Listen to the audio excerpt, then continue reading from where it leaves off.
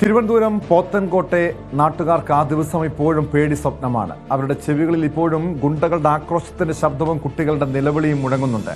ഗുണ്ടാ കുടിപ്പകയെ തുടർന്ന് വെറും 7 മിനിറ്റ് കൊണ്ട് നടത്തിയ ക്രൂരമായ കൊലപാതകം 4 വർഷം മുൻപ്, അതായത് 2021 ഡിസംബർ 11-നാണ് മംഗലപുരം സ്വദേശി സുധീഷിനെ 11 പേരടങ്ങുന്ന സംഘം വെട്ടിക്കൊലപ്പെടുത്തിയത്. പ്രമാദമായ പോത്തൻകോട് സുധീഷ് വധക്കേസിൽ 11 പ്രതികളും കുറ്റക്കാരെന്ന് കോടതി കണ്ടെത്തിയിരിക്കുന്നു. നെടുമങ്ങാട് പട്ടികജാതി വർഗ പ്രത്യേക കോടതിയാണ് പ്രതികൾ കുറ്റക്കാരെന്ന് കണ്ടെത്തിയത്. ഇവർക്കുള്ള ശിക്ഷ നാളെ വിധിക്കും. വി വിനോദ് ചേരുന്നുണ്ട് വിവരങ്ങളുമായി. വിനോദ്, നമുക്കറിയാം, ഈ കൊലപാതകം നടത്തിയ ശേഷം ഈ യുവാവിൻ്റെ സുധീഷിൻ്റെ കാല് വെട്ടിയെറിഞ്ഞ് അങ്ങനെ അത്രയ്ക്കും നിഷ്ഠൂരമായിട്ടുള്ള ക്രൂരമായിട്ടുള്ളൊരു കൊലപാതകമായിരുന്നത്. ഈ പ്രതികൾ കുറ്റക്കാരെന്ന് കോടതി കണ്ടെത്തിയിരിക്കുന്നു. ഇവർക്ക് ഏതൊക്കെ കുറ്റങ്ങളാണ് ഇവർക്കെതിരെ തെളിഞ്ഞിരിക്കുന്നത്? പ്രോസിക്യൂഷൻ്റെ പ്രതികൾക്ക് ഏത് രീതിയിൽ ശിക്ഷ നൽകണമെന്നാണ് പ്രോസിക്യൂഷൻ്റെ വാദം? ടോം, പ്രമാദമായ ഒരു കേസാണ്.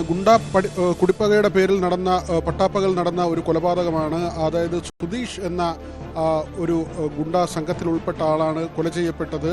ഈ നേരത്തെ 2 സംഘങ്ങൾ തമ്മിലുള്ള ഏറ്റുമുട്ടലുണ്ടായി. ഇതിൽ ഈ ഇപ്പോൾ ശിക്ഷിക്കപ്പെട്ട 11 പ്രതികളിൽ അതിൽ 1-ാം പ്രതിയായ സുധീഷ് ഉണ്ണി, ഇയാളുടെ പേരും സുധീഷ് എന്ന് തന്നെയാണ്, കൊല്ലപ്പെട്ട ആളിൻ്റെ പേരും സുധീഷ് എന്ന് തന്നെയാണ്.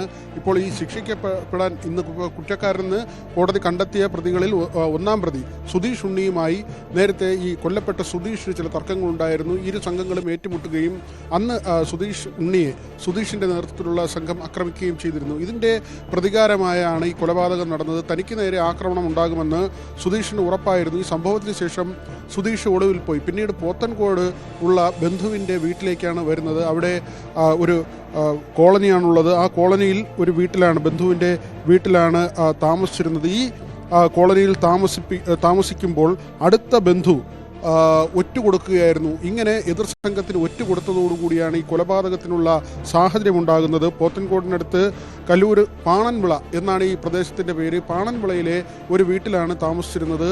അവിടെ തന്നെ തൊട്ടടുത്ത് തന്നെ ഉണ്ടായിരുന്ന ഒരു അടുത്ത ബന്ധു ഉണ്ടായിരുന്നു. ഈ ബന്ധുവാണ് എതിർ സംഘത്തിന് സുധീഷ് ഇവിടെ ഉണ്ട് എന്ന വിവരം ചോർത്തി കൊടുക്കുന്നത്. അങ്ങനെ ഒട്ടകം രാജേഷിൻ്റെ നേതൃത്വത്തിൽ വലിയൊരു സംഘം, അതായത് ഈ 11-അംഗ സംഘം ഓട്ടോറിക്ഷയിലും ഇരുചക്ര വാഹനങ്ങളിലുമായി ഈ കോളനിയിലേക്ക് എത്തുകയായിരുന്നു. പട്ടാപ്പകലാണ് ഈ സംഭവം നടക്കുന്നത്. രാവിലെ 11 മണി കഴിയുമ്പോഴാണ് കൊലപാതകം നടക്കുന്നത്.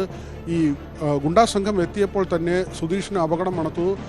തുടർന്ന് ആ വീട്ടിലേക്ക് ഓടിക്കയറുകയായിരുന്നു. ഈ വീടിനുള്ളിൽ കുട്ടികൾക്ക് മുന്നിൽ വെച്ചാണ് വെട്ടിക്കൊലപ്പെടുത്തുന്നത്. ഈ ഗുണ്ടാ സംഘം കൊലപാതകം നടത്തി മരണം ഉറപ്പായി എന്ന് മനസ്സിലാക്കിയ ശേഷം കാൽ വെട്ടിയെടുക്കുകയായിരുന്നു. അതായത് ഈ എതിരാളിയെ കൊലപ്പെടുത്തി അവിടെ നിന്ന സംഘം പിന്നീട് അതിലും അവർക്ക് തൃപ്തി വരാതെ ഈ മൃതദേഹത്തിൻ്റെ ഒരു കാൽ വെട്ടിയെടുത്ത് ഓട്ടോയിൽ കൊണ്ടുപോയി ഏതാണ്ട് 1/2 കിലോമീറ്ററോളം സഞ്ചരിച്ച ശേഷം വലിച്ചെറിയുകയായിരുന്നു. നമ്മളിപ്പോൾ ഈ ദൃശ്യത്തിൽ കാണുന്നതാണ് അന്ന് ഈ CCTV പതിഞ്ഞ ദൃശ്യങ്ങൾ. നാട്ടുകാർ ഉൾപ്പെടെ നോക്കി നിൽക്കുമ്പോഴായിരുന്നു ഈ കൊലപാതകം നടത്തിയത്. പിന്നീട് ഓട്ടോറിക്ഷയിൽ വെട്ടിയെടുത്ത ഒരു കാലുമായി ഇവർ സഞ്ചരിക്കുകയും അടുത്തുള്ള പ്രദേശത്ത് ഈ കാൽ വലിച്ചെറിയുകയുമായിരുന്നു. അതിൻ്റെ ദൃശ്യങ്ങളാണ് ആ സമയത്ത് പുറത്തു വന്നത്. പിന്നീട് ഏതാണ്ട് 5 മാസത്തോളം ഇവർ ഒളിവിൽ പോകുന്ന 3 മാസത്തോളം ഇവർ ഒളിവിൽ പോകുന്ന സാഹചര്യമുണ്ടായി. ഈ പ്രതികളെ തിരയുന്ന സമയത്ത് ഒരു പോലീസ് ഉദ്യോഗസ്ഥന് ജീവൻ നഷ്ടമായ സംഭവം കൂടി ഉണ്ടായിട്ടുണ്ട് ടോം. അതായത് വർക്കലയിൽ ഒട്ടകം രാജേഷും സംഘവും ഒളിവിൽ താമസിക്കുന്നു എന്ന വിവരം പോലീസിന് ലഭിച്ചു. ക്രൂരതയായിരുന്നു പോത്തൻകോട് നടന്നത്.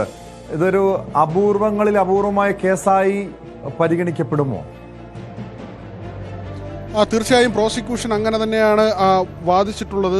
പ്രോസിക്യൂഷൻ്റെ വാദം അങ്ങനെയാണ്. പക്ഷേ ഏത് തരത്തിലുള്ള ശിക്ഷയായിരിക്കും എന്നത് നമുക്ക് നാളെ മാത്രമേ വ്യക്തമാകൂ. നാളെയാണ് ഈ കേസിൽ വിധി വരാൻ പോകുന്നത്.